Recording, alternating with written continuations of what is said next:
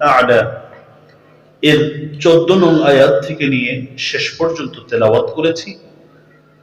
পৃথিবীর সর্বশ্রেষ্ঠ মুফাসসির, সর্বকালের সর্বশ্রেষ্ঠ মুফাসসির নবীদের পরে হযরত আব্দুল্লাহ ইবনে আব্বাস রাদিয়াল্লাহু তাআলা আনহুমা থেকে বর্ণিত সহিহ বুখারীর একটি হাদিস আমি আপনাদের খিদমতে পাঠ করেছি। রব যদি তৌফিক দান করেন, তিলাওয়াতকৃত আয়াতগুলোকে সামনে রেখে এবং প্রতিটি হাদিসকে আমার পাথেয় করে কয়েকটি দিনই কথা বলার চেষ্টা করব। আল্লাহ যেন কথাগুলো থেকে সর্বপ্রথম আমাকে, এরপর আপনাদেরকে, গোটা পৃথিবীর উম্মতে মুসলিমাকে উপকৃত হওয়ার তৌফিক দান করেন, আমিন। মহব্বতের সাথে পড়ি আমিন। মুহতারাম হাজিরিন, কোনো ভূমিকা ছাড়া আমরা আমাদের আলোচনায় ঢুকে যাচ্ছি। যেহেতু সময় কম, আবার বিশ্বজয়ী হাফেজের কাছ থেকে আপনারা তেলাওয়াতও শুনবেন, তো সবকিছু মিলে আমি কোনো ভূমিকা ছাড়া কথা শুরু করতে চাই। মানুষের জীবনের আল্লাহ প্রদত্ত অনেক নিয়ামত মানুষ ভোগ করে। যত নিয়ামত মানুষ ভোগ করে, এর মধ্যে একটি অন্যতম দামি নিয়ামত হলো মানব জীবনের সময়। সময় কত নিয়ামত, এটা বোঝার জন্য একটা পরিস্থিতির সম্মুখীন আপনাকে আমাকে হওয়া লাগবে, তখন সময়ের কদর বোঝা যাবে। মানুষ যতদিন পর্যন্ত ওই জাতীয় পরিস্থিতির সম্মুখীন হয় না, মানুষ আর যত কিছুর কদর বোঝো, সময়ের কদর বোঝে না। ঠিক না ব্যাঠিক? আমার এক মুসল্লির একটা গল্প দিয়ে আপনাদেরকে বয়ান শুরু করি। আসলে কি কথা বলবো আমি নিজেও বলতে পারি না। এখানে বৈশা বৈশা দুই মুরব্বীর পাশে কি বলবো খুঁজতেছিলাম, শুরু করছি। আমার এক মুসল্লি, আল্লাহ ওনাকে নিয়ে গেছেন, নাম বলবো না, নাম বললে আপনারা চিনবেন। প্রায় 6 বারের এমপি ছিলেন, বিবারিয়া বাড়ি। ভদ্রলোক তার জীবনের শেষ দিকে একটা ইচ্ছা হলো যে তিনি একটা দ্বীনি প্রতিষ্ঠান করবেন, যেখান থেকে আপনাদের এই জামিয়া মাদানিয়া খিলগাঁওয়ের মতো সন্তান তৈরি হবে। তবে এমপি তো, আবার 6 বারের এমপি, ভোটের এমপি, বুঝতে পারছেন তো? এখন অটো না, এমপি তো 2 ধরনের হয়। তো ভোটের এমপি, 6 বারের এমপি মাদ্রাসা করবে, এটা জেনতেন মাদ্রাসা করলে তো হয় না, শান অনুযায়ী হয় না। তার নিয়ত হলো বিশাল জায়গা নিবে, বড় বড় 2টা অট্টালিকা বানাবে, যেখানে শুধু বিবারিয়া নয়, ঢাকা শহরের উন্নত প্রতিষ্ঠানের যে আবাসিক আয়োজন, এর থেকে যেন ওই আয়োজনটা আরো উন্নত হয়। এরকম একটা সুন্দর চিন্তা থেকে তিনি সিদ্ধান্ত নিয়েছেন মাদ্রাসা করবেন, মাদ্রাসা ওপেনিং করাবেন আমাকে দিয়ে, তবে মাদ্রাসাটা শান অনুযায়ী করবেন। বিষয়টি আমার সাথে আলোচনা করলেন। আমি তাকে বললাম, দ্বীনি প্রতিষ্ঠানের নিয়ম এমনটি নয়। প্রতিষ্ঠান শুরু করার দায়িত্ব আপনার। আল্লাহ আপনাকে তৌফিক দিয়েছেন, আপনি শুরু করে দেন। এর পূর্ণতা একজন দিবেন, তিনি কে? মুহাব্বতের সাথে বলেন না, আল্লাহ দিবেন। আমাদের এই প্রতিষ্ঠানের যে মূল প্রতিষ্ঠানগুলো, এটা আমরা সুফা বলি আর দারুল উলুম দেওবন্দ বলি। বিশাল, আজকের মদিনা শরীফ 1450 বছর আগে ছিল না? ছিল? আরে খাবারই তো ছিল না, থাকার জায়গা ছিল না। আর এখন সুবহানাল্লাহ, এত আয়োজন পৃথিবীর কোথাও এক জায়গায় পাবেন না। দারুল উলুম দেওবন্দের এখন হাজার হাজার ছাত্র প্রতি বেলায় খাবার খায়, আর একটা সময় একজনের খাবার ছিল না। প্রতিটা প্রতিষ্ঠান এমনই। আমার যে মারকাজুল ফাইজুল কোরআন আল ইসলামী, আমার মাঝে মধ্যে কখনো কোনো খাবার কেউ নষ্ট করলে আমার বড় কষ্ট হয়। আর বলি, একজন মাওলানা আছে, মাওলানা জাকারিয়া সিদ্দিকী, তাকে বলি, তোমার স্মরণ আছে একটা সময় সারাদিন কাজ করতা, রাতের বেলা রাতের খাবার খাওয়ার মতো খাবার থাকতো না, টং দোকানে গিয়ে রুটি খুঁজে এরপরে রুটি কিনে 5 টাকা 10 টাকা দিয়ে খাবার খেতা, স্মরণ আছে? আর এখন হাজার হাজার লোকের ইন্তজাম, খালি 2 ঘন্টা আগে বললেই হয়েছে 5,000 লোকের ইন্তজাম হয়। দিনী প্রতিষ্ঠান, এটা আমাদের যদি আল্লাহ কাউকে কবুল করেন সে শুরু করে দিবে, কিন্তু এটাকে পূর্ণতায় পৌঁছাবেন মহান রব্বুল আলামিন। ইখলাস যেমন, ইখলাস অনুযায়ী আল্লাহ রব্বুল আলামিন নিয়ামত ঠিক তেমনই দান করবেন। আমি এমপি সাহেবকে বললাম আলহামদুলিল্লাহ, উল্টাপাল্টা এমপি না, কথা শোনার পরে সাথে সাথে সিদ্ধান্ত নিলেন আপনি যেটা বলেছেন সেটাই করব, বলেন কি করব? আমি বললাম টিন শেড দিয়ে আগামী 1 মাসের মধ্যে শুরু করবেন। বলল ঠিক আছে। ইন্তজাম হয়ে গেল, কয়েকদিন বেশি সময় লেগেছিল। তো আমার সময়ের স্বল্পতার কারণে ভদ্রলোক তার শখ হলো হেলিকপ্টার নিয়ে যাবে। গেলাম, মাদ্রাসা উদ্বোধন হলো, ওলামায়ে কেরাম আসলেন, চলে আসলাম। ঢাকাতে আসার পরে তিনি আমাকে বললেন, খতিব সাহেব এই জুমা আপনার পিছনে পড়তে পারবো না, ইনশাআল্লাহ আগামী জুমা পড়বো। আমি একটু রেগুলার চেক আপ করাতে যাব সিঙ্গাপুরে। যান। চলে গেলেন। পরবর্তী জুমার দিন, আমি সাধারণত জুমার দিন কথা বলি না, একটু আগে থেকে পড়ালেখা করি। তো জুমার নামাজের কিছু সময় আগে একজন মুসল্লি আসলেন, দেখি যে ওই ভদ্রলোকের আপন ভাগিনা চোখ দিয়ে ধরধর করে পানি পড়ছে। জিজ্ঞেস করলাম কান্না করছেন কেন, কি হয়েছে? এমপি সাহেবের খবর কি? জবাবে বললেন এমপি সাহেব সিঙ্গাপুরে আছেন, ক্যান্সারে আক্রান্ত, এবং শুধু ক্যান্সারে আক্রান্ত নন, তিনি লাস্ট স্টেজে চলে গেছেন। আমি তো অবাক হয়ে তাকিয়েছিলাম যে কি বলে, এত সুঠম দেহের অধিকারী, এত সুস্থ, তার কোনো ধরনের রোগ ব্যাধি নেই, আমার থেকে প্রায় বিঘা খানিক লম্বা।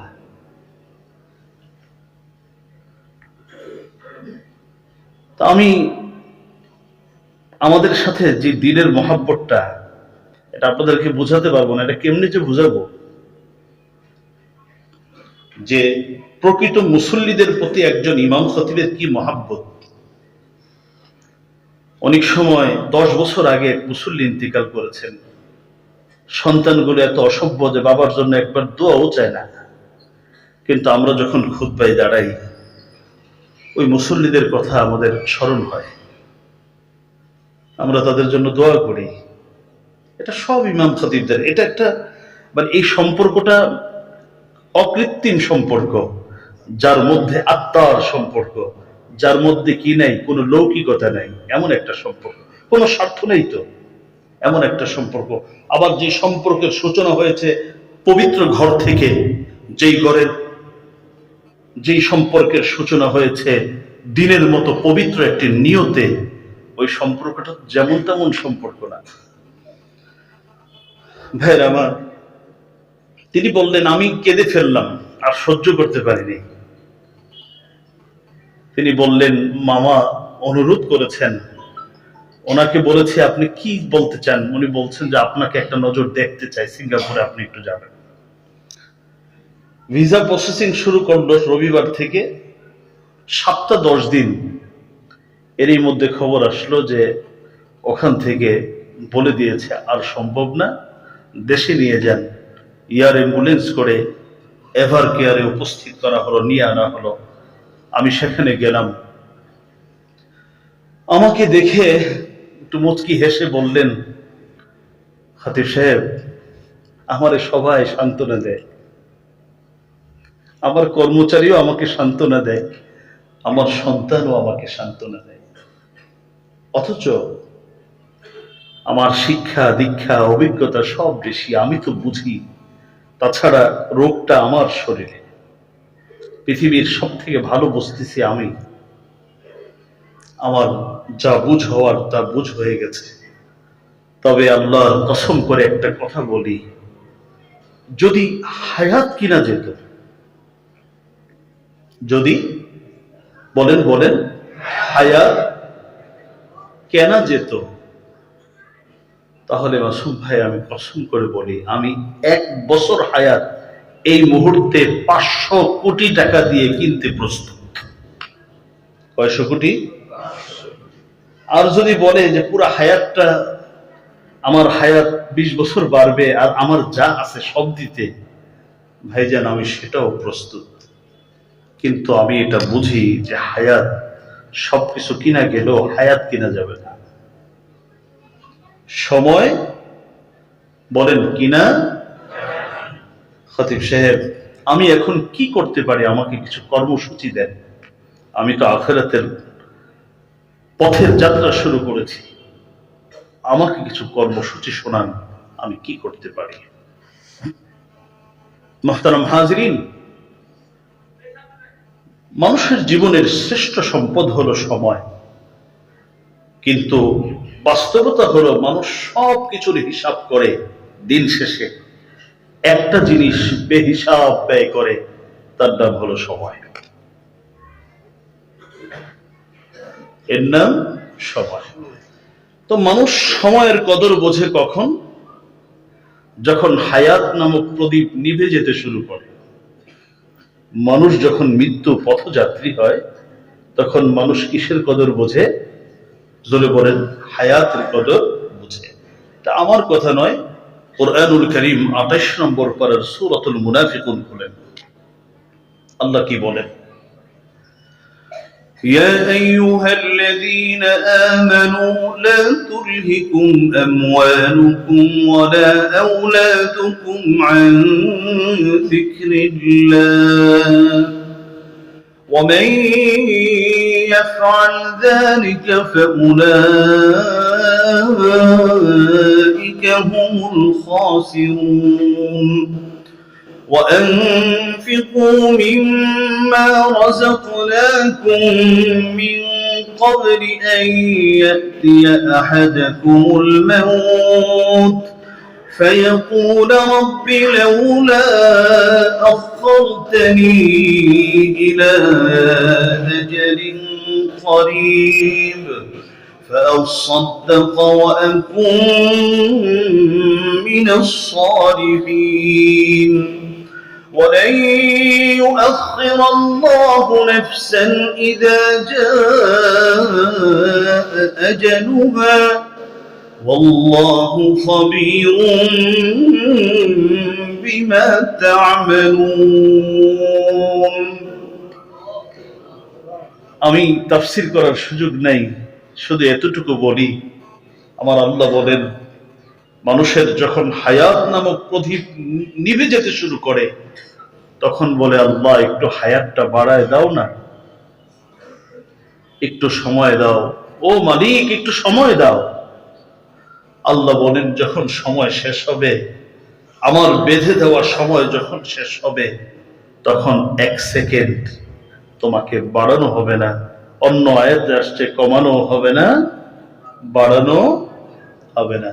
তাহলে হায়াতের কদর মানুষ বোঝে কখন?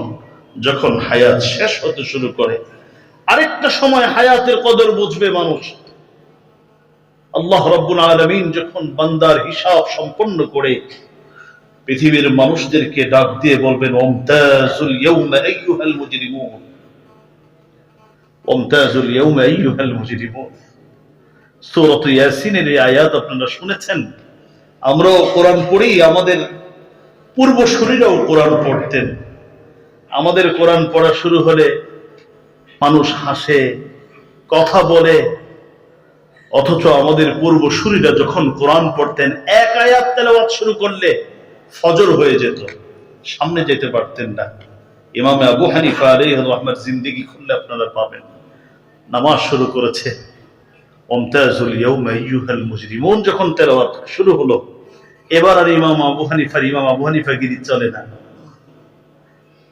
ইমাম আবু হানিফা থমকে দাঁড়িয়েছেন, কারণ আমার আল্লাহর একদিন ঘোষণা দিবেন ওমতাজুল ইয়াউমা আইয়ুহাল মুজরিমুন। হে পৃথিবীর মানুষ, তোমরা এক বাড়িতে ছিলা, আমি কোনোদিন নিষেধ করি নাই, যার যত তৌফিক থাকবে এক বাড়িতে থাকো, এক মার্কেট থেকে মার্কেটিং করেছিলে, নিষেধ করিনি। এক সমাজে বসবাস করেছিলে, একই রকম পাসপোর্ট তোমরা হোল্ড করেছিলে, আমি কাউকে বাধা দেইনি। তো আজকে কিন্তু একসাথে থাকতে পারবো না, পৃথক হয়ে যাও। জান্নাতীদেরকে ডাক দিয়ে বলবে, জান্নাতীরা চলে যাও। জাহান্নামীদেরকে ডাক দিয়েও বলবে, ও জাহান্নামীরা তোরা সর। মুফাসসিরিনে কেরাম বলেন, অপরাধের ধরন দেখে দেখে শরাব পানকারীদেরকে এক জায়গায়, মানুষের প্রতি অবিচারকারীদেরকে এক জায়গায় পৃথক পৃথক করে সকলকে আল্লাহ রাব্বুল আলামিন আলাদা করে দিবেন। যাদেরকে জাহান্নামে নিক্ষেপ করা হবে, জাহান্নামে গিয়ে জাহান্নামের আযাব যখন সহ্য করতে পারবে না, তখন চিৎকার করে বলবে, রব্বানা আখরিজনা না'মাল সালিহান গায়রাল্লাযী কুননা না'মাল আওয়ালাম নু'আম্মিরকুম মা ইয়াতাযাক্কারু ফীহি মান তাযাক্কারা ওয়া জাআকুমুন নাযীর ফাযূকূ ফামা লিয-যালিমিনা মিন নাসীর। বান্দা চিৎকার করে বলবে, আল্লাহ রব্বানা আখরিজনা না'মাল সালিহান গায়রাল্লাযী কুননা না'মাল। ও মালিক, 70 বছরের হায়াত তুমি দিয়েছিলে, কদর করি নাই। 80 বছরের হায়াত তুমি দিয়েছিলে, কদর করি নাই। রব্বুল আলামিন, কতবার অসুস্থ হয়েছিলাম, সুস্থ করে দিয়েছিলে, নিজেকে সংশোধন করি নাই। ও মালিক, একটা বারের জন্য ফিরায় দাও না, হায়াত নামক নিয়ামতটা আবার একটু দাও না। ও মালিক, প্রমিস করছি, অঙ্গীকার করছি, অতীতে যে অপরাধ করেছি একটাও করব না। না'মাল সালিহান গায়রাল্লাযী কুননা না'মাল।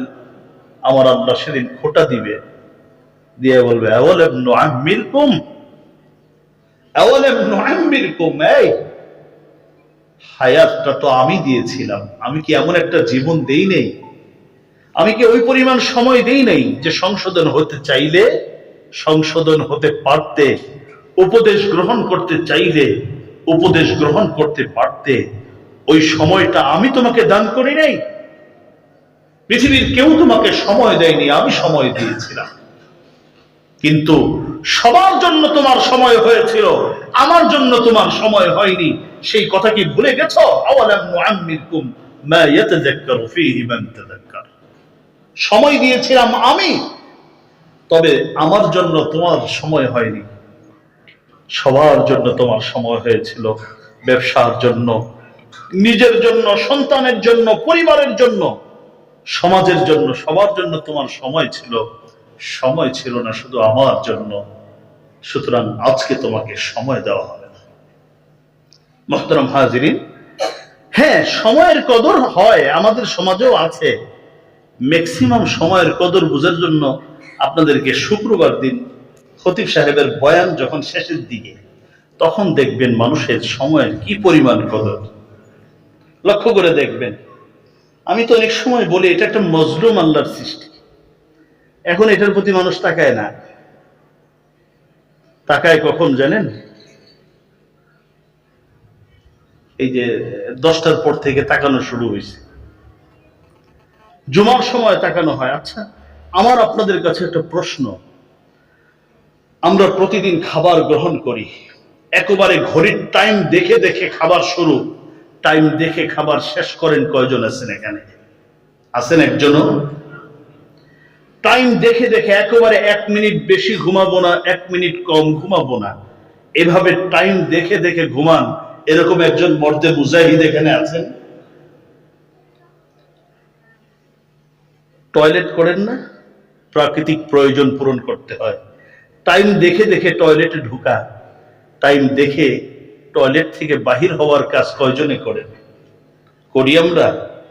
আমরা করি না। হারে, কিন্তু টাইম দেখে দেখে নামাজ পড়া, টাইম দেখে দেখে বয়ান শোনা, এটা আমাদের সমাজ, আপনাদের এলাকায় আছে কিনা জানি না, আমার গুলশানে আছে। এই জন্য আমি ইচ্ছাকৃত একেবারে 11 বছর ধরে ওখানে ইচ্ছাকৃত 5 মিনিট হলো, কখনো 3 মিনিট আগে ছেড়ে দিই, কখনো 4 মিনিট পরে ছাড়ি, ইচ্ছাকৃত। কেন? কারণ তুমি সময়ের কদর বুঝবা, ভালো কথা। যদি সব জায়গায় তোমার সময়ের কদর থাকে, তাহলে মসজিদেও তুমি সময়ের কদর করো। অথচ তোমার সব থেকে প্রয়োজনীয় এখানে এই কাজ, এখানে তোমার সময়ের কদর। টয়লেটের সময় মোবাইল দেখলে না, ঘড়ি দেখলে না, খাওয়ার সময় না, নাতিকে সময় দেওয়ার সময় নয়, স্ত্রীকে সময় দেওয়ার ক্ষেত্রে নয়, শুধুমাত্র ইবাদতের ক্ষেত্রে সময় দেখো। এটা তুমি দেখো না, তোমাকে একজন দেখায়। সে কে? জোরে বলেন না। কেন? ও খাওয়ার সময় কি একটু, বা ওই যে যখন টেলিভিশনটা সামনে নিয়ে বসতেন, তখন এটাকে একবার মনে করেন না, এই কত সময় নষ্ট করতেছিস? ও করবে না, কারণ ও বোঝে কোনটা করলে আল্লাহর এই বান্দা জান্নাতে যাবে, সেটা তো সে করতে দিতে পারে না। মুহতারাম হাজিরিন, আমরা যেই কাজগুলো করছি, এখানে যদি 2-4 মিনিট 10 মিনিট সময় নষ্ট হয়, এটা কি নষ্ট হবে না কাজে লাগবে? সবাই বলতে হবে এই সময়টাকে। এখানে যোগ্য বিজ্ঞ উলামায়ে কেরাম, তলাবায়ে আজিজ আছেন। হাদিসের পাতা খুলে দেখুন, কেউ যদি নিজেকে সংশোধন করার নিয়তে কোরআন সুন্নাহর কথা শুনে, যতক্ষণ শুনবে ততক্ষণ পর্যন্ত আকাশ থেকে বৃষ্টির পানি যেমন ঝরঝর করে পড়তে থাকে, বান্দার জিন্দেগীর গুনাহগুলো ঠিক তেমনি ঝরঝর করে পড়তে থাকবে। প্রশ্ন হলো, আমাদের গুনাহ আছে কিনা? যার গুনাহ বেশি, তার এটাকে কি করাতে হবে? কমানো লাগবে, ঝরানো লাগবে। আর যার গুনাহ কম, তার কোনো টেনশন নেই। আপনাদের কি মনে হয়, গুনাহ টুনা আছে 2-1টা? অল্প না বেশি? সীমাহীন গুনাহ আমাদের, এই বোঝা আমাদের কাঁধে। আবার ভয় পেন না যে হুজুর মনে হয় ভূমিকা দিয়ে বিশাল বড় বয়ান করবে। আমি ছোট্ট একটু কথা বলবো। মুহতারাম হাজিরিন, তাফসীরে কুরতুবী খুললে আপনারা পাবেন 30 নম্বর পারার সূরাতুল আ'লা থেকে, যেখান থেকে তেলাওয়াত করেছি, এই তেলাওয়াতকৃত আয়াতগুলো একটি বিশেষ প্রেক্ষিতে আল্লাহ রাব্বুল আলামিন নাযিল করেছেন। ঘটনা কি? ঘটনা হলো, আচ্ছা, ঘটনা বোঝার আগে আরেকটা কথা একটু বুঝে নেন। এখন তো আমাদের শহরে গাছপালা বলতে নাই, অথচ গাছ লাগানোর ফজিলত পৃথিবীর মানুষ যদি শুনতো, জানতো, বুঝতো। আমার নবী বলেছেন, কিয়ামতের সব আলামত প্রকাশ পেয়ে গেছে, এই এখনই কিয়ামত সংঘটিত হবে। এর আগেও যদি সামান্য একটু সময় তুমি পেয়ে যাও, তাহলে ওই মুহূর্তে জানো যে আমার এই গাছের ফল কেউ খেতে পারবে না, আমার এই গাছ বেঁচে থাকতে পারবে না, আমার এই গাছের আলো বাতাস কেউ পাবে না। নবীজি বলেন, তথাপিও বান্দা যেন, আমার উম্মত যেন গাছ লাগাতে ভুল না করে। সুবহানাল্লাহ। আমরা যদি আমাদের মুতালা করি, এটা আবৃত্তি বলি, নিজেদেরকে নিয়ে একটু খোঁজ খবর নেই, তাহলে দেখবো যে আমি জীবনে গাছ কাটছি 30টা, লাগাই নাই আল্লাহ পাকের মেহেরবানিতে 3টাও। এটা হলো আমাদের চরিত্র। অথচ সবাই জানি গাছ এটা আমার পরিবেশের জন্য, এটা আমার জন্য, এটা সৃষ্টির জন্য, এটা খালি প্রয়োজন নয়, এটা সাদাকায়ে জারিয়া। এই গাছ নিয়ে যারা দেখেছেন, বা এটা সবাই দেখেছেন গ্রামগঞ্জে বা অনেক বাসা বাড়িতে, এমন কিছু গাছ আছে যেই গাছগুলোর গোড়া এক জায়গায়, আগা আরেক জায়গায়। অর্থাৎ গোড়া এই বাড়িতে, মাথা আরেক বাড়িতে। এরকম গাছ দেখছেন তো? তো এক রাসূলুল্লাহ সাল্লাল্লাহু আলাইহি ওয়াসাল্লামের যুগে এক ব্যক্তি একটা গাছ লাগাইছে, খেজুর গাছ। গোড়া হচ্ছে তার বাড়িতে, সারা বছর এটা দেখাশোনা করে, পানি ঠানি দেয়। বছর শেষে যখন খেজুর পাকে, তখন মাঝে মধ্যে বাতাসে খেজুর পড়ে, যেহেতু বাঁকা এই জন্য খেজুর পড়ে গিয়ে আরেক বাড়িতে।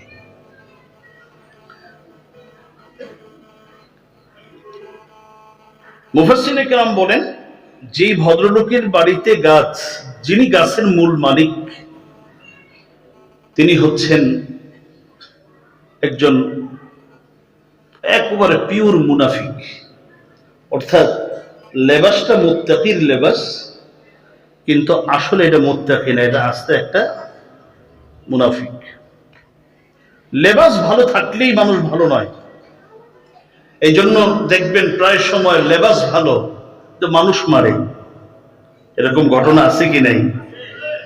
বিশাল বড় লেবাস, জুব্বা আমার থেকেও লম্বা, আমার মাথায় পাগড়ি নেই, ওর মাথায় পাগড়িও আছে, আবার গভীর রাতে গিয়ে মানুষকেও মারে। এরকম নামধারী মুসলমান আমাদের সমাজে আছে কি নাই? তার মানে লেবাস ভালো থাকলেই কিনা লোকটা পিওর না, পিওর হয় কখনো কখনো পিওর মুনাফিকও হয়। খেজুর গাছের মালিক হলো পিওর মুনাফিক, কিন্তু লেবাস হলো সাহাবীদের লিবাস। আর যেই বাড়িতে গিয়ে পড়ে সে হলো আমার নবীর সহবত ইয়াফতা সাহাবী। বাচ্চারা খেজুর পড়ে, খেজুর খেয়ে ফেলে। বিষয়টি মুনাফিক মুমিন সাহাবীকে বললেন, এই রাসূলের সাহাবী, তোমার সন্তানরা আমি সারা বছর কষ্ট করি, গাছের পরিচর্যা করি, আর দিন শেষে পাকা খেজুরগুলো তোমার সন্তানরা খায়, ঘটনা কি? মুমিন সাহাবী বললেন, দেখো ওরা ছোট বাচ্চা, ওরা খেয়ে ফেলে, আমি কি করব? কেন খাবে? কেন খাওয়া বন্ধ করো। এক পর্যায়ে বিষয়টি নিয়ে বলল যে না, এইভাবে সোজা আঙ্গুলে ঘিয়ে উঠবো না, তোমার বিরুদ্ধে আমি বিশ্ব নবীর খেদমতে তোমার বিরুদ্ধে অভিযোগ দায়ের করব। যেই কথা সেই কাজ।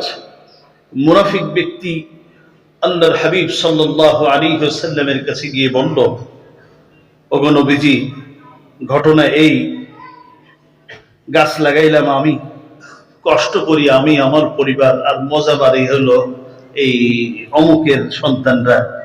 ওগো নবীজি, বিচার চাই আপনার কাছে। আল্লাহ রাসূল সাল্লাল্লাহু আলাইহি ওয়াসাল্লাম লোকটিকে ডাক দিয়ে বললেন, অন্য কিতাবের মধ্যে আছে তার বিষয়ে একটা চিঠি লিখলেন বা সংবাদ পাঠালেন। নবীজি বললেন, এই সামান্য খেজুর তোমার ভাইয়ের সন্তানদের জন্য তুমি সদকা করে দাও, আল্লাহকে খুশি করার জন্য তাকে দিয়ে দাও।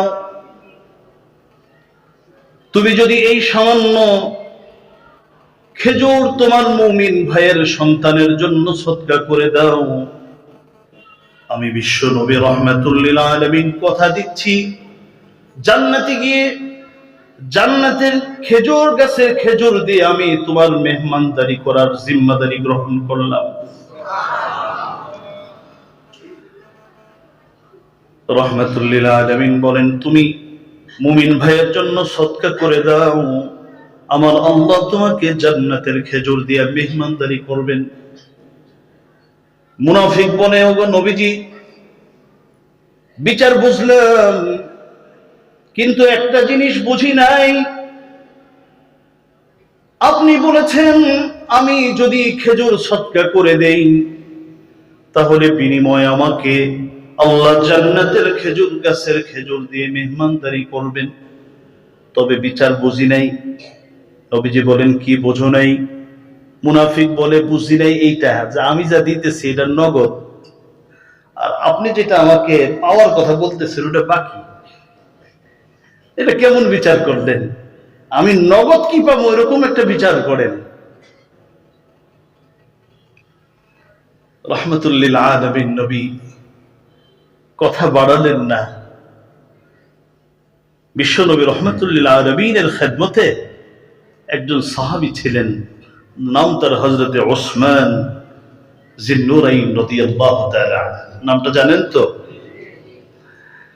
আমার ভাইয়েরা, হাদিসের পাতা খুললেই আপনারা পাবেন, যেখানেই হাদিস রিওয়ায়াত চলছে সেখানেই বলবে সাহাবায়ে কেরাম, রাবী বলতেছেন যে আমরা নবীজির পাশে বসেছিলাম, কুন্না জুলুসান, আমরা নবীর পাশে ছিলাম, নবীজি আমাদের সাথে ছিলেন। দেখবেন এই শব্দগুলো প্রায় সময় উলামায়ে কেরাম বলেন। বড় এক আজীব শিক্ষা এখানে আছে। সেই শিক্ষাটা হলো, নবীর সাহাবীরা তারা সময় পেলেই তারা ডানে বামে নষ্ট না করে আল্লাহর হাবিবের খেদমতে পড়ে থাকতেন। আর খুব প্রয়োজন হলে নবীর খেদমত ত্যাগ করে তারা প্রয়োজন পূরণ করতে যেতেন, বাসায় প্রয়োজন পূরণ করতে যেতেন, ব্যবসা প্রতিষ্ঠানে প্রয়োজন পূরণ করতে যেতেন, সামাজিক কাজে প্রয়োজন পূরণ করতে যেতেন। প্রয়োজন পূরণ হওয়ার মাত্রই সময় নষ্ট না করে তারা নবীজির খেদমতে এসে পড়ে থাকতেন। আর আমরা ঠিক বিপরীতটা, সব প্রয়োজন শেষ হওয়ার পরে যদি একটু বেচারা সময় থাকে, তাহলে ওই সময়টা কোথায় দেই? মসজিদে অথবা দিনী পরিবেশে। এই জন্যে আমাদের অবস্থা, আমরা পূর্বমুখী, তারা ছিলেন পশ্চিমমুখী। তারা হলেন জান্নাতের সুসংবাদ প্রাপ্ত, আর আমাদের যে কি অবস্থা হবে আল্লাহই ভালো জানে। সাহাবায়ে কেরামদের জীবনী দেখলে আপনারা মশহুর ওয়াকিয়া আপনারা জানেন। হযরত আবু হুরায়রা রাদিয়াল্লাহু তাআলা আনহুর কথা শুনেছেন, পড়ে থাকতেন। আর নবীজির আখলাক ছিল, যতক্ষণ পর্যন্ত সাহাবায়ে কেরাম মসজিদ থেকে বের না হতেন ততক্ষণ পর্যন্ত আবার নবীজিও বের হতেন না। এখন বলেন, যাক আজকে একটা হুজুরের থেকে ওয়াজ শুনলাম, আগামীকাল থেকে আমাদের ইমাম সাহেব যেন সারাক্ষণ আঙ্গুল লেগে বসে থাকে। আবার সব ওয়াজ সব জায়গায় লাগায়েন না, কারণ নবীজি অন্য হাদিসের মধ্যে বলেছেন যে আমাকে আমার আল্লাহ খাওয়ান, আমাকে আমার আল্লাহ পান করান। বিশ্ব নবী রাহমাতুল লিল আলামিন যেটা পারবেন, এটা আমাদের মতো সাধারণ মানুষের পক্ষে এটা আবার সব ক্ষেত্রে সম্ভব নয়। আমার ভাইয়েরা, সাইয়্যিদুনা আবু হুরায়রা রাদিয়াল্লাহু তাআলা আনহু প্রায় সময় বসে থাকতেন। নবীজি বের হতে পারতেন না। একদিন জিজ্ঞেস করলেন, আবু হুরায়রা বসে থাকো কেন? সবাই খেতে যায়, খাবারের সময় তুমি বসে থাকো, আমার তো কষ্ট হয়। হযরতে আবু হুরায়রা বললেন, ইয়া রাসূলুল্লাহ, আমি বের হয়ে যাব কোথায়? সবাই তো যাবে, তার ঘরে খাবার আছে, কিন্তু আমার ঘরে তো কোনো খাবার নাই। তো খাবার নাই, খাবার তালাশ করো। হযরতে আবু হুরায়রা বলে দিলেন, ইয়া রাসূলুল্লাহ, খাবার তালাশ করব, আমার তো খাবার তালাশ করা, আমি এখানেই খাবার তালাশ করি। আপনার চেহারা মুবারক যতক্ষণ দেখি, কসম খোদার, ততক্ষণ পর্যন্ত আমার ক্ষুধা অনুভব হয় না। এখানেই আমার রূহানি খোরাক আমি পেতে থাকি। যাই হোক, আমি সেদিকে যাব না। হযরতে ওসমান রাদিয়াল্লাহু তাআলা আনহু পাশে বসা, বিষয়টি শুনলেন, জানলেন, জিজ্ঞেস করলেন, ওগো নবীজি, এই যে আপনি কথা বললেন মুমিন ভাইয়ের সন্তানের জন্য সদকা করলে জান্নাতের খেজুর গাছের খেজুর দিয়ে আপনি মেহমানদারি করবার জিম্মাদারি গ্রহণ করেছেন, এই সুযোগ কি শুধু ওই লোকটার জন্য না সবার জন্য? রাহমাতুল লিল আলামিন বলেন, সবার জন্য। আমার নবীর সাহাবী হযরতে ওসমান রাদিয়াল্লাহু তাআলা আনহু মুনাফিককে ডাক দিয়ে বলেন, এই আল্লাহর বান্দা, খেজুরের মূল্য জানতে চাই না, খেজুর গাছের মূল্য জানার দরকার নেই, বল তোর পুরা বাড়িটার দাম কত? পুরা বাড়ির দাম কত? খেজুর গাছ, খেজুর বাগান, পুরা বাগান বাড়ির দাম কত বল। এই মুহূর্তে আমি তোর কাছ থেকে এটা কিনবো, আর আমি নগদ দুনিয়া ছেড়ে বাকি আখিরাত আমি আল্লাহর রাসূলের জিম্মায় দিয়ে দিব। ভাইরা আমার, আমাদের সমাজেও এমন ঘটনা আছে, দেখবেন যদি প্রয়োজন থাকে কোনো জমি, আপনার প্রয়োজন, আপনার আপন ভাই তার অনেক আছে, আপনার দরকার 10 হাত, ওনার আছে আল্লাহ পাকের মেহেরবানি 10 বিঘা। আমাদের সমাজে যদি এরকম প্রয়োজনীয় কোনো জমি থাকে, আর ওই লোকটা যদি বুঝতে পারে এই লোকটার এই 10 হাত জায়গার খুব প্রয়োজন, তাহলে একেবারে ন্যায্য দামটা চায়, তাই না? আমার কথা বোঝে না, কি ওয়াজ করবো? ন্যায্য দাম চায়। কি পরিমাণ বেশি চায়? যার আকল যতটুকু ওই অনুযায়ী চায়। কেউ দেখা যায় 1 লক্ষ টাকার জমি 10 লক্ষ টাকা চেয়ে বসে। বিশেষ করে যদি কোনো বাড়ি কারো মাদ্রাসার গেটের পাশে হয়, আমার এটা নিয়ে আমার খুব বেশি একটা চিন্তা আমি প্রায় সময় করি। যেখানে ভালো মাদ্রাসা মসজিদ, ওর পাশে একটা বাড়ি অথবা একটা জমি থাকে, এটা উল্টা পাল্টা বেখাপ্পা জায়গায়, ওটা মাদ্রাসার খুব প্রয়োজন অথবা মসজিদের খুব প্রয়োজন।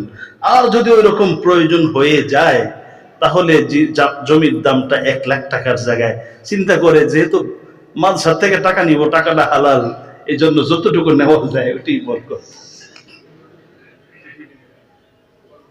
এটা একটা কুদরতি নিজাম। আমি দেখলাম অনেকগুলো মাদ্রাসা, ওই মাদ্রাসার পাশে ওই জমিগুলো পড়ে। ওই বেচারা সব বিক্রি করবে, কিন্তু এটা বিক্রি করবে না। কারণ তাহলে তো মাদ্রাসাটা সুন্দর হয়ে যাবে, মসজিদের প্রয়োজন পূরণ হয়ে যাবে। যাই হোক, জিজ্ঞেস করেছে দাম কত, ও তার বিক্রি করার লোক না। বুঝেন তো, যেই লোক নবীর বিচার রে কয় কি, নবীজি সব বুঝলাম কিন্তু নগদ বাকিটা বুঝলাম না, হয় নগদ নগদ হবে অথবা বাকি বাকি বিচার হবে। অত যেমন তেমন দুষ্ট না, একেবারে মনে করেন একেবারে পিওর দুষ্ট। ও বলল, ওসমান তুমি কিনবা? 2টা রিওয়ায়াত আসছে। একটা হলো দাম যতটুকু দরকার অনেক গুণ বাড়ায় চাইছে। হযরতে ওসমান তো আবার পরীক্ষিত সাহাবী। শুধু কি পরীক্ষিত সাহাবী, যেই ওসমানের অনুদান আজও পর্যন্ত আরবের মাটিতে এখনো কি চলমান আছে। সুবহানাল্লাহ বিহামদিহি। হযরত ওসমান তো সাধারণ কোন সাহাবী না। হযরত ওসমানকে চেনার জন্য একটি ঘটনা যথেষ্ট। আপনারা কিতাব খুললে পাবেন, হযরতে আবু বকর সিদ্দিক রাদিয়াল্লাহু তাআলা আনহু খিলাফত কাল চলছে। দুর্ভিক্ষ আর দুর্ভিক্ষ, এমন দুর্ভিক্ষ মদিনার মানুষ মরে যাওয়ার উপক্রম। মদিনার সাহাবীরা দলবদ্ধ হয়ে আবু বকর সিদ্দিক রাদিয়াল্লাহু তাআলা আনহুর কাছে আগমন করে বলেন, খলিফাতুল মুসলিমিন, একটু দোয়া করেন, পশুগুলো মরছে, এখন আমগো মরার পালা। ও খলিফাতুল মুসলিমিন আবু বকর, আমরা কি বাঁচবো না মরবো? নবীর সাহাবীরা সব কিন্তু মরার পথে, একটু দোয়া করেন। সাইয়্যিদুনা আবু বকর সিদ্দিক রাদিয়াল্লাহু তাআলা আনহু, যিনি সকল নবীদের পরে ঈমান এবং তাকওয়ায়, ইলমে, আমলে সব দিকে সবার উপরে, তিনি কি জবাব দিলেন শুনেন। তিনি বললেন, দোয়া আমি একা করলে হবে না, গজবটা মানে একার কারণে আসে নাই, সবাই মিলা চলো কি করি, আল্লাহর কাছে কান্না শুরু করি। ইনশাআল্লাহ আজকে রাতের মধ্যে আমার আশা, আমার আল্লাহ একটা সুন্দর সমাধান করে দিবেন। কি পরিমাণ ইমানি পাওয়ার চিন্তা করেছেন। বলেছেন, ইস্তাগফিরু রাব্বাকুম, ক্ষমা চাও আল্লাহর কাছে, তওবা করো। যখনই অভাব, অনটন, সমস্যা আমার আপনার সমাজে আসবে, তখনই আমাদের দায়িত্ব হবে আল্লাহর কাছে কান্নার মাত্রা বাড়িয়ে দেওয়া, নিজেদের অপরাধকে বেশি বেশি করে স্বীকার করা। হযরতে হাসান বসরি রহমতুল্লাহি আলাইহি এক জায়গায় বসে আছেন, তো এক ব্যক্তি আসছে, আইসা বলে, ও হাসান বসরি, আমার না সন্তান হয় না, বহু বছর হয়েছে বিয়ে করছি, করবো কি? বিয়ে কি আরেকটা করবো না অন্য কোনো ব্যবস্থা আছে? হযরতে হাসান বসরি রহমতুল্লাহি আলাইহি বলে, বেশি বেশি করে ইস্তিগফার পড়ো। বড় মানুষ তো হাসান বসরি, তো ওনার সাথে আর্গুমেন্ট করা যায় না। আমার মতো লোক বা আপনার মতো লোক হলে জিজ্ঞেস করতেন, আমার দরকার সন্তান, ইস্তেগফারের সাথে সন্তানের সম্পর্ক কি? কিন্তু হাসান বসরি বলার পরে চলে গেছে। আরেকজন এসে বলে যে, আমার তো ক্ষেত লাগাচ্ছি ঠিক, ফসল হচ্ছে না। হাসান বসরি বলে যে, তুমি বেশি বেশি করে ইস্তেগফার পড়ো। আরেকজন এসে বলে, আমার তো এই সমস্যা, আরেকজন বলে আমার ওই সমস্যা, এক একজন এক এক সমস্যার কথা বলে। আর হাসান বসরি রহমতুল্লাহ আলাইহি হোমিওপ্যাথি ওষুধের মতো করে, সব ডাক্তার না, কিছু হাতুড়া ডাক্তার আছে। আমার জীবনে একজন পাইছি এরকম, রোগ যেটাই বলবেন এক শিশির থেকে ওষুধ দেয়। তো ওষুধ একটাই দেয়, যে যে রোগ নিয়ে যায়। হাসান বসরি বলে কি করো, ইস্তাগফিরু রাব্বাকুম, ক্ষমা চাও আল্লাহর কাছে। সবাই যখন চলে গেছে, এক ভক্ত তার সব উল্টাপাল্টা কিছু থাকে না, একটু উল্টাপাল্টা ভক্ত ধরছে, কি খবর হুজুর, রোগ যেটাই বলে প্রেসক্রিপশন তো আপনি একটাই দেন, পাইছেন কই থেকে এটা? তিনি বললেন যে দেখো, আমার কি করার আছে, যিনি আসল ডাক্তার, যিনি আসলে সব কিছুর সমাধান করেন, আমার আল্লাহ বলেছেন, তিনিও তো প্রেসক্রিপশন একটাই দিছে। হযরতে নূহ আলাইহিস সালাতু ওয়াস সালামের সম্প্রদায় অভাবে পড়ছে, অভাব দূর করার জন্য আল্লাহ বলে ইস্তিগফার পড়ো। সন্তান হয় না, বলে ইস্তিগফার পড়ো। বিভিন্ন গরু মহিষ সব মরে যায়, ইস্তিগফার পড়ো। আমার আল্লাহ যেহেতু সব রোগের প্রেসক্রিপশন একটা দিছে, আমি হাসান বসরি তো প্রেসক্রিপশন দুইটা লিখতে পারি না, আমার কাছেও প্রেসক্রিপশন একটা। হযরত আবু বকর সিদ্দিক রাদিয়াল্লাহু তাআলা আনহু বলেন, যাও তোমরাও আল্লাহর কাছে ক্ষমা চাও, আমিও আল্লাহর কাছে ক্ষমা চাই।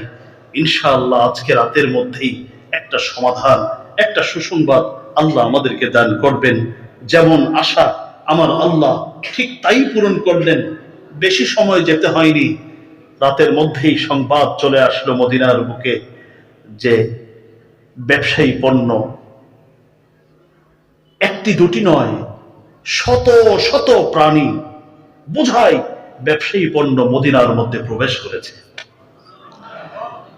মদিনার ব্যবসায়ীরা তারা শুরু করলেন, কার ব্যবসায়ী পণ্য মদিনায় ঢুকেছে তালাশ করে সংবাদ নিয়ে জানতে পারলেন আর কেন কারো সম্পদ নয়, সম্পদ এসেছে রাসূলুল্লাহ সাল্লাল্লাহু আলাইহি ওয়াসাল্লামের দুইটা কলিজার টুকরা, যার হাতে তুলে দিয়েছিলেন হযরতে ওসমান রাদিয়াল্লাহু তাআলা আনহুর ব্যবসায়ী পণ্য মদিনার মধ্যে ঢুকে গেছে।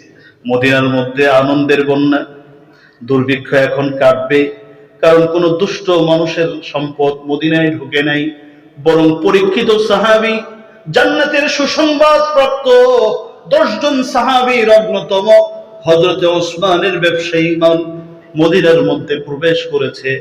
আমার ভাইয়েরা, ব্যবসায়ীরা এক দল হয়ে জোটবদ্ধ হয়ে হযরতে ওসমানের দরজায় হাজির, গিয়ে সালাম, লম্বা সালাম। সালাম দিলে বোঝা যায় সালামের উদ্দেশ্য কি। অনেক সময় আপনাকে সালাম দিলে বুঝেন যে এইটার উদ্দেশ্য এইটা আছে না। আমাদের কাছে যখন উস্তাদরা সালাম নিয়ে আসে তখন বুঝি এই ছাত্রের এই সালামের উদ্দেশ্য হলো ছুটি চাওয়া, ওই সালামের উদ্দেশ্য হলো উনি কিছু বলতে চান। এক এক সালামের অনেক মতলবের সালামও আছে, ওদিকে আর যাব না। আমার ভাইয়েরা, যখন নবীর সাহাবীরা সালাম দিলেন, জোটবদ্ধ হয়ে দলবদ্ধ হয়ে হাজির হলেন। হযরতে ওসমান তো নবীর সাহাবী, বুঝতে পেরেছেন, বের হলেন। বের হয়ে সালাম কালাম হলো, জিজ্ঞেস করলেন হযরতে ওসমানকে, ওসমান তুমি কি জানো মদিনার মানুষগুলো, নবীর সাহাবীরা না খেয়ে এখন মরার উপকরণ, তোমার ব্যবসায়ী পণ্য এসেছে, আমরা একটু আশান্বিত হয়েছি, হে ওসমান বিক্রি কি করবা? হযরতে ওসমান বলেন, হ্যাঁ ব্যবসার জন্যই তো এনেছি, বিক্রি করব, কিন্তু প্রফিট কত পার্সেন্ট দিবা সেটা আগে আলোচনা করো। সাহাবায়ে কেরাম একটু ধাক্কা খেলেন। দুর্ভিক্ষ চলছে মদিনায়, সোনার মদিনায়, রহমাতুল লিল আলামিন এখনো এখানে শুয়ে আছেন, আবু বকরের খেলাফত চলছে, আর হযরত ওসমান আগে প্রফিট খুঁজতেছে। কোন ওসমান? নবী কোন ওসমান রেখে গেলেন, আর আজকে কোন ওসমান দিচ্ছে? হযরত ওসমান জিজ্ঞেস করলেন প্রফিট কত পার্সেন্ট দিবা? মদিনার সাহাবীরা বললেন, ব্যবসায়ীরা বললেন প্রফিট ডবল, অর্থাৎ যেটা 100 টাকা দিয়ে আবার কিনা, হে ওসমান যেটা তুমি 100 টাকা দিয়ে কিনেছো, আমরা তোমাকে 100 টাকা প্রফিট দিব, যেটা 1 টাকা দিয়ে কিনেছো এটা 1 টাকা প্রফিট দিব, অর্থাৎ 100% প্রফিট দিয়ে আমরা ওসমান তোমার ব্যবসায়ী পণ্য ক্রয় করতে চাই। হযরত ওসমান বললেন, ভালো কথা কিনবা, কিন্তু আমি তো 100% রাজি না। এর থেকে বেশি দিয়ে খরিদ্দার আমার কাছে মজুদ আছে। ব্যবসায়ীরা কি করবে, বিপদে পড়ে বলল আচ্ছা ঠিক আছে, যেটা 1 টাকা দিয়ে কিনছো ওটা আমরা 2 টাকা দিব, অর্থাৎ 200% প্রফিট তোমাকে দিব। হযরতে ওসমান বলেন না, ব্যবসায় আমি রাজি না, এর থেকে বড় পার্টি আমার হাতে আছে। ব্যবসায়ীরা একটু রেগে গিয়ে বললেন, ওসমান ওসমান কত পার্সেন্ট প্রফিটে আমরা তোমাকে, এক বর্ণনায় আসছে 5, আরেক বর্ণনায় আসছে 6, অর্থাৎ 600 গুণ। 1 টাকার সামান 6 টাকা দিয়ে কিনতে আমরা প্রস্তুত আছি, 5 টাকা প্রফিট দিয়ে রাজি আছো তো? হযরতে ওসমান বলে এর থেকেও বড় পার্টি আমার হাতে আছে। এ কথা বলতেই দেরি মদিনার সাহাবীরা হযরতে ওসমানকে ভৎসনা শুরু করলেন। ওসমান, তুমি কি রাহমাতুল লিল আলামিনের আখলাকগুলি ভুলে গেছো? তুমি কি তোমাকে ভুলে গেছো? ওসমান, দিনের জন্য তোমার কত দান, কত সাদাকা, তুমি না নগদ দুনিয়া বিক্রি করে দিয়েছো, বাকি আখিরাতের বিনিময়ে সবকিছু তুমি ভুলে গেছো। আমার ভাইয়েরা, হযরত ওসমানকে যেমন বলতেছিল ইত্তাকিল্লাহ, ভয় করো। এই ওসমান, আমাদের থেকে বড় ব্যবসায়ী মদিনায় আর কে আছে? যত বড় বড় ব্যবসায়ী সব তো এখানে হাজির। 1 টাকার সামান আমরা 6 টাকা দিয়ে কিনতে তৈয়ার, তারপরেও তুমি বিক্রি করো না, আল্লাহর কাছে কি জবাব দিবা ওসমান? ভাইরা আবার ওসমানকে নসিহত শিখায়, অথচ তিনি তো ওই সাহাবী, যে সাহাবী জান্নাত কেনার জন্য নিজের জীবনের সবচেয়ে দামি যে বাগান বিক্রি করে ফেলছে, সাথে সাথে নগদ দুনিয়া ছেড়ে দিচ্ছেন, সেই ওসমান। হযরত ওসমান হেসে দিয়ে বললেন, আরে তোমাদের সাথে কি ব্যবসা করব, তোমরা ব্যবসা শুরু করো, 1-এর বিনিময়ে 1 প্রফিট, অর্থাৎ 100% প্রফিট থেকে। আর আমার আল্লাহ তো, আমি তো আজকে ব্যবসা করব আমার আল্লাহর সাথে, আর আমার আল্লাহ তো দেওয়া শুরু করেই 1-এর বদলায় 10 থেকে 700 গুণ পর্যন্ত আমার আল্লাহ দিতে থাকেন। শুধু দিতে থাকেন না, এরপরেও আমার আল্লাহ দেন। আল্লাহু ইউদাইফু লিমান ইয়াশা, আল্লাহ এরপরেও দেন, আমার আল্লাহ তার শান অনুযায়ী দিতে থাকেন। বললেন, হে মদিনার ব্যবসায়ীরা, তোমরা আমাকে এই বিপদের মুহূর্তে তোমরা কেমন করে মনে করলে যে আমি ওসমান আজকে দুনিয়ার ব্যবসা করব? আমি তো আজকে ব্যবসা করব আমার মালিক, আমার আল্লাহর সাথে, কারণ আমার নগদ দুনিয়া ছাড়বো বাকি আখিরাতের বিনিময়ে। মুহতারাম হাজিরিন, এই হলো হযরত ওসমান। তিনি বললেন, কয় টাকা দিবা? পুরো বাগান না, পুরো বাড়ি কিনবো আমি। দাম 5 টাকারটা মনে করেন 50 টাকা চেয়ে বসছে। এক পর্যায়ে বলে, ঠিক আছে রাজি আছি, তোমার যত বাগান আছে এর মধ্যে সব থেকে দামি বাগান যেটা, যার পানি মিষ্ট, যার খেজুর ভালো, ওইটা যদি দাও তাহলে আমি দিতে প্রস্তুত। হযরতে ওসমান সঙ্গে সঙ্গে বললেন, ওগো নবীজি, আপনি সাক্ষী থাকেন, আমি এই টাকা দিয়ে কিনেই আপনার হাতে আমি তুলে দিব, আমি ইমানদার ভাইয়ের সন্তানদের জন্য সদকা করে দিব, আমি এই নগদ দুনিয়া ছেড়ে দিব আমার বাকি আখিরাতের জন্য। আমার বড় শখ, আপনি আমার জামিন হবেন, আর জান্নাতে গিয়ে জান্নাতের খেজুরের গাছের খেজুর দিয়ে আপনি আমার মেহমানদারি করাবেন, আপনি বিশ্বরূপী মেজবান হবেন, আর আমি একজন সাধারণ ওসমান, আমি সেদিন মেহমান হব, এটা আমার আশা। এই জন্য নগদ দুনিয়া ছাড়লাম বাকি জান্নাতের বিনিময়ে। মুহতারাম হাজিরিন, আমি আপনাদের ধৈর্য নষ্ট করব না, আমি শুধু এতটুকু কথা আপনাদের খিদমতে বলতে চাই। আজকে আমি আমার ছোট্ট আলোচনায় 3টা কথা বলার চেষ্টা করেছি। আমি বুঝাইতে পারছি কিনা জানি না। 1 নম্বর কথা হলো, সময় বড় কদরের জিনিস, কিন্তু কোন জায়গায় সময় কদর করবেন, সময়ের দিকে বেশি তাকাবেন, আর কোন জায়গায় সময়ের দিকে তাকাবেন না, এটা বুঝতে হবে। সময় কিন্তু যদি কদর না করা হয়, একটা সময় এটাকে নিয়েই আপনাকে আমাকে কান্না করা লাগবে, আফসোস করা লাগবে। এটা হলো 1 নম্বর আজকের আলোচনার আমার আবেদন আপনাদের কাছে। দুই নম্বর হলো মুমিন এবং মুনাফিক। মুমিন এবং মুনাফিক, মুনাফিকের চরিত্র হলো সবসময় নগদ অনুসন্ধান করা। খেয়াল রাখবেন, সবসময় নগদ, নগদ ইজ্জত, নগদ শান্তি, নগদ সম্মান, নগদ প্রাপ্তি, এটা হলো মুনাফিকের একটা অন্যতম চরিত্র। আর বাকিতে বিশ্বাসী হওয়া, এটা হলো মুমিনের অন্যতম চরিত্র। কারণ মুমিন যা কিছু করে, বয়ান শুনছি গুনাহ মাফ হবে, কোথায় পাবো? এটা আখিরাতে পাবা। ঈশার নামাজ পড়েছি, এই পুরস্কার, কোথায় আমার পুরস্কার? আখিরাতে পাবা। যা কিছু বলবেন সব আখিরাতে। হজ করেছি, আখিরাতে। আমি আমার সুন্নাহ অনুযায়ী জীবন যাপন করেছি, ম্যাক্সিমাম আমার পুরস্কার কোথায়? আখিরাতে। তার মানে বাকিতে বিশ্বাসী হওয়া, এটা হলো প্রকৃত মুমিনের শান। আর নগদে বিশ্বাসী হওয়া, এটা প্রকৃত পিওর নির্ভেজাল মুনাফিকের শান। 3 নম্বর আমার আলোচনার 3 নম্বর পয়েন্ট। অনেক কথা বললাম, কথা বুঝলেন না। আমিও বেকার আসলাম, সময়টা নষ্ট করলাম, আপনাদের কিছু সময় নষ্ট করে গেলাম। এটা যেন না হয়। আমার 3 নম্বর সবক, যেটা আমি আর লম্বা করি নাই, করা দরকার ছিল, সেটা হলো নবীর সাহাবীরা দামি হওয়ার মূল কারণ ছিল তারা মানবে ওয়াহি, রাসূলুল্লাহ সাল্লাল্লাহু আলাইহি ওয়াসাল্লাম, সাহেবুল ওয়াহি যিনি, রাসূলুল্লাহ সাল্লাল্লাহু আলাইহি ওয়াসাল্লামের কাছে সময় থাকলে পড়ে থাকতেন। উলামায়ে কেরামের কাছে যদি কেউ পড়ে থাকে, তাহলে তার 99% ঈমান, আমল, হেফাজত আমার আল্লাহ করবেন। সুবহানাল্লাহ পড়েন। এখন তো আলেমদের শানও বর্ণনা করা যায় না, কারণ আলেমদের শান যদি বর্ণনা করি তো বলবে যে আপনি তো আলেম, আলেমের শান তো বলবেন। আমি আলেমের শান বলবো আমাকে সম্মান করার জন্য নয়, আপনার সন্তানটাকে আলেম বানাবার জন্য, আপনার নাতিটাকে আলেম বানাবার জন্য আমি আলেমের শান বলে একটা হাদিস আপনাদেরকে শোনাই। হযরত আবু উমামা আল-বাহিলি রাদিয়াল্লাহু তাআলা আনহু থেকে বর্ণিত, রাসূলুল্লাহ সাল্লাল্লাহু আলাইহি ওয়াসাল্লামের সামনে দুজন ব্যক্তির আলোচনা। একজন হলো আলেম,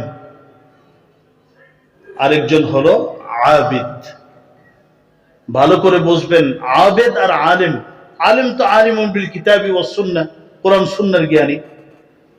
তবে আবেদ কাকে বলে? 70 বছর এক ওয়াক্ত নামাজ পড়ে নাই, হঠাৎ করে নামাজ শুরু করছে, সে আবেদ না। উনি আবেদ না। আবেদ কাকে বলে এটা বোঝার জন্য একটা উদাহরণ শোনেন। আমরা অনেক সময় বাদামওয়ালা বলে এক শ্রেণীর মানুষকে ডেকে থাকি। বাদামওয়ালা কাকে বলি? বাদামওয়ালা কাকে বলে সমাজে? না, এই জবাবটা ভুল। যে বাদাম বিক্রি করে তাকে বাদামওয়ালা আমরা বলি না, কারণ আমাদের অনেক মুদি দোকানে বাদাম বিক্রি করা হয়। একে যদি গিয়ে মুদির দোকানে বাদামওয়ালা বলে, দিব একটা পিট্টি। এই যে এখন আগুরা থেকে শুরু করে যেগুলো আছে, হ্যাঁ, ওই যে ছোট কি কয় মিনি বাজার না মিনা বাজার বলে, এগুলোর মধ্যে ঢুকবেন, ওখানে বাদাম পাওয়া যায় না, ওকে বাদামওয়ালা বলবেন? বাদামওয়ালা তাকে বলা যায় না। বাদামওয়ালা বলা হয় ওই ব্যক্তিকে, যে ব্যক্তি ঘুম থেকে জাগ্রত হয়ে পুনরায় ঘুমে যাওয়া পর্যন্ত, যার পুরোটা সময়ের সবকিছুর মূলে থাকে কি? বাদাম।